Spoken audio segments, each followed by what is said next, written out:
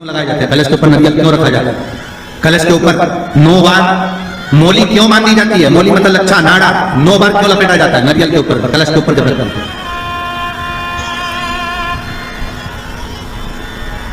कलश के ऊपर जब जब श्रीफल रखाता है, नारियल रखाता है, तो उस पर 5 बार 7 बार मोली नहीं लपेटी जाएगी, तो 9 ही बार लपेटी जाएगी। 5 या 7 बार लपेटते हैं तो कहते हैं कि लक्ष्मी की छिन्नता होती है, और वो 9 बार लपेटी जाती है तो भरपूर लक्ष्मी का भंडार बढ़ती है। क्यों क्यों कहते हैं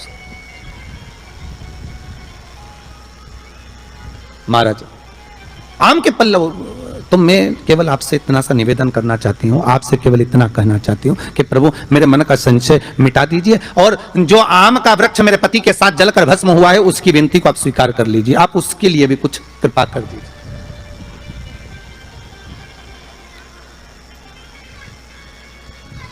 इसी को कृपा कहते हैं, इसी को करुणा कहते हैं, इसी को दया कहते हैं। भगवान बोले अब आप आई हो रति, ठीक है, मांगो क्या चाहिए, बस इतनी कृपा कर दीजिए कि आम के वृक्ष का भी उद्धार कर दो। शिव जी ने कहा हम वर प्रदान करते हैं रति, जहां शिव और शक्ति है, जहां 33 कोटि देवता इस कलश के अंदर विराजमान होंगे, उस जगह पर स्वयं कंठ पर जहां पर मेरा निवास होगा, उस जगह पर ये आम के पल्लव अमृत के तुल्य माने जाएंगे, और इनका निवास हमारे ही हाथ में, हमारे ही हस्त कमल में विराजमान होगा, हमारे ही हाथ में। कितना सुंदर है महाराज जी। उस आम के पल्लव की महत्वता को जरा जानिएगा, बहुत बहुत ध्यान दीजिएगा। आम के पत्ते देखें आप लोगों ने? अरे बोलो जम के तो बोलो। देखें उसका प्रयोग कभी आप लोगों ने करा? आम के पत्ते का कभी प्रयोग कर देखिएगा। अभी तो नवरात्रि चल रही है, नवरात्रे में जब 5वां दिन नवरात्रे का रहे, चैत्री नवरात्रे का 5वां दिन रहे, और मान लो कि आपके घर में किसी बच्चे की, लड़के की या लड़की का या मंगल विवाह नहीं हो रहा हो, या शादी नहीं हो रही हो, या उस लड़के लड़की के लिए बहुत प्रयास कर लिया आपने, उसकी शादी हो ही नहीं रही, अथक प्रयास आपने कर लिया और उसका मंगल विवाह नहीं हो रहा, तो ये देवी भागवत में स्पष्ट कहा गया, देवी भागवत में वर्णन किया गया है, देवी भागवत में वर्णित किया गया, और देवी भागवत में कहा गया कि आम का जो पत्ते होते हैं, आम का जो पत्ता होता है, आम का जो पल्लव होता है, उस आम के पत्ते पर हल्दी और सिंदूर, इन दोनों से स्वस्तिक का निर्माण किया जाए। देवी भागवत का संवाद है, बहुत ध्यान देना महाराज। जिन कन्याओं का विवाह ना हो, पंचमी के दिन, नवरात्रे की कोई सी भी पंचमी, मतलब जो पंचमी तिथि पड़ेगी, कोई भी नवरात्रा हो, चाहे वो 4 नवरात्रे में से, चाहे वो पौष का हो, अश्विन का हो, चैत्र का हो, आषाढ़ का हो, किसी भी नवरात्रे में आप कर सकते हैं। एक पान के पत्ते पर, एक ही पत्ते पर जो 2 स्वस्तिक बनेंगे, एक हल्दी का बनेगा, एक सिंदूर का बनेगा। बस अंतर इतना है, जो हल्दी का स्वस्तिक है उस पर कंकु के चावल, अर्थात रौली के चावल, रौली कुंकू के चावल रखना है, और जो सिंदूर का है उस पे हल्दी के चावल रखना। इतना रखकर जिस लड़का लड़की का विवाह नहीं होता, उसकी हथेली पर रखकर उसका नाम और गोत्र बोलकर महाराज उसको ले जाकर नीम के पेड़ के नीचे उसको रख दिया जाता है। मात्र 3.5 या 4 महीने ऐसे रहते हैं जिसके अंदर उस लड़का लड़की का विवाह पक्का हो जाता है। जिसका विवाह नहीं होता केवल उसी के लिए, जिसका मंगल विवाह ना हो रहा। आम के पल्लव में शिव का वर प्रदान है, आम के पल्लव में शंकर का आशीर्वाद है, आम के पल्लव में शिव का आशीर्वाद। भगवान भूत भावन भूतेश्वर मेरे शिव, मेरे करुणा सागर, मेरे शंकर, मेरे त्रिकालदर्शी, मेरे कैलाशी, मेरे भोलेनाथ स्वतः कह रहे हैं, हरी रति तुम रोती क्यों है, तुम्हारे रोने का कारण क्या है? प्रभु मेरे पति के साथ ये आम का पेड़ भी जलकर भस्म हुआ, आम का पेड़। भागवत जी किस किसने सुनी है? हाथ उठाओ जरा, जिन जिन ने भागवत जी सुनी है। आप लोगों ने सुनी है भागवत? रखिए हाथ। डसने के लिए जब जा रहा था,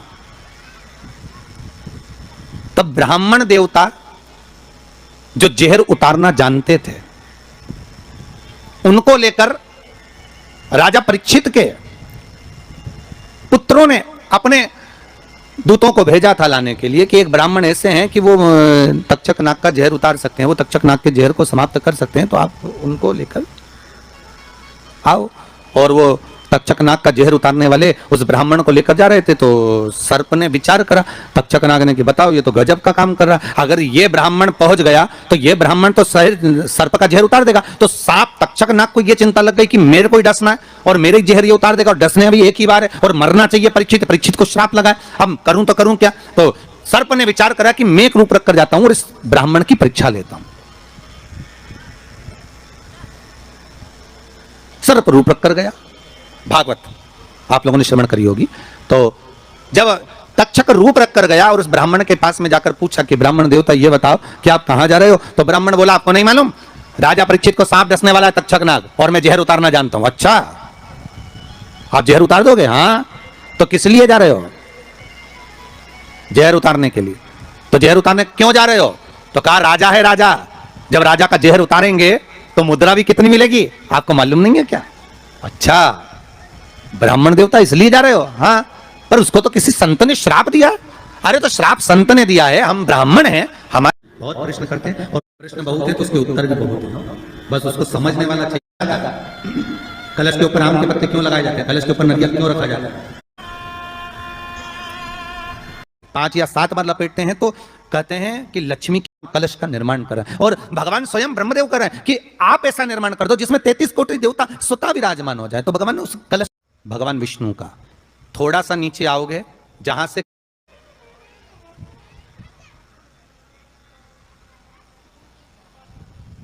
बहुत ध्यान देना महाराज, कलश का जो मुख होता है उस मुख पर भगवान विष्णु का स्थान होता है। किसका स्थान है? भगवान विष्णु का। थोड़ा सा नीचे आओगे जहां से कलश का मुख दबा हुआ होता है वह जगह भगवान स्वयं शिव की होती है। किसकी जगह है? भगवान शंकर की। कलश का अग्रभाग, नीचे का भाग जहां से फैला हुआ होता है वहां ब्रह्मा का आधिपत्य स्थापित होता है। फिर कलश का जो नीचे का भाग होता है वो भगवान शिव और शक्ति का स्थान होता है। कलश के बाहरी भाग में, जहां पर बाहर का हिस्सा होता है, उस कलश के बाहरी भाग में 33 कोटि देवताओं को भगवान शंकर ने लाकर विराजमान किया होता है। महाराज भगवान शंकर 33 कोटि देवताओं को निमंत्रण देकर उस कलश में विराजमान कर दिया।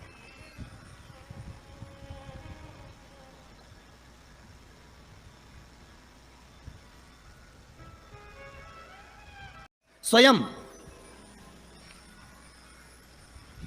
33 कोटि देवता स्वयं वहां विराजमान।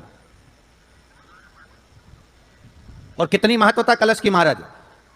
आप लोगों से भी निवेदन है, चैत्रीय प्रतिपदा है आज, जिनके घर में ज्यादा रोग हो, बीमारी हो, ज्यादा तकलीफें आ रही हो, कष्ट बढ़ रहा हो, बीमारियां बढ़ रही हो, या भय लग रहा हो, डर लग रहा हो, हृदय चित्त में कहीं ना कहीं आपको भय का भान हो रहा हो, तो एक लोटा पानी, एक कलश में जल भर कर रख लीजिए और रात भर उसको रखे रहने दो। नवरात्र चल रहा है, उस कलश को रात भर रखकर सुबह सुबह उस कलश में एक बेलपत्र डालकर उस जल को नीम के पेड़ के नीचे, जहां चैत्री नवरात्रि में नीम के पेड़ के नीचे सारी विद्याएं, आदि शक्तियां, सारी देवी उस नीम के पेड़ के नीचे विराजमान रहती हैं। उस कलश में एक बेलपत्र डालकर रात भर रखकर उस जल को पूरे घर में घुमाकर उस नीम के पेड़ के नीचे समर्पित कर दीजिए महाराज। घर में भय लगना बंद हो जाएगा, कोई बड़ी बीमारी आपको घेरेगी नहीं और उस बीमारी से, उस रोग से आप मुक्त रहेंगे। उस बीमारी से, उस रोग से आप मुक्त पाएंगे, वो बीमारी आपको घेरने।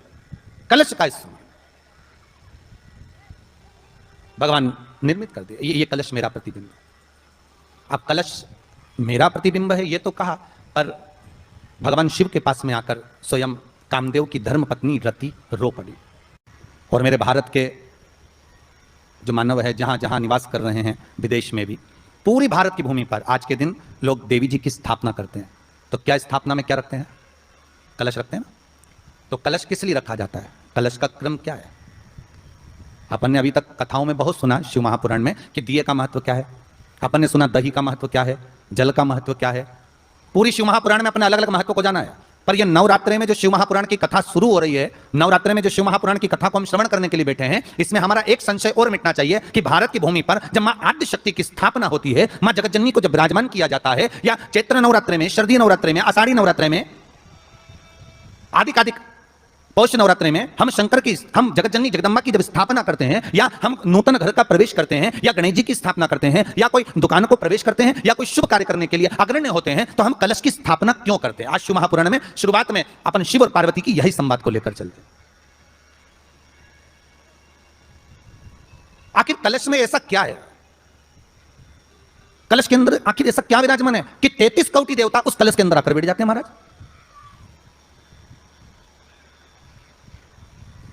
आप कोई यज्ञ करने जा रहे हो, आप कोई पोथी पुराण करने जा रहे हो, आप कोई अच्छा कार्य करने जा रहे हो, तो ब्राह्मण देवता कहते थे कलश की स्थापना होगी, कलश की शोभा यात्रा निकलेगी, कलश यात्रा निकलेगी, कलश विराजमान होगा। और आज हर की पौड़ी पर, प्रयागराज में या उज्जैनी में, नासिक में जो बड़े बड़े कुंभ के मेले होते, कुंभ का मतलब भी तो कलश से होता है। उसकी महत्वता क्यों है?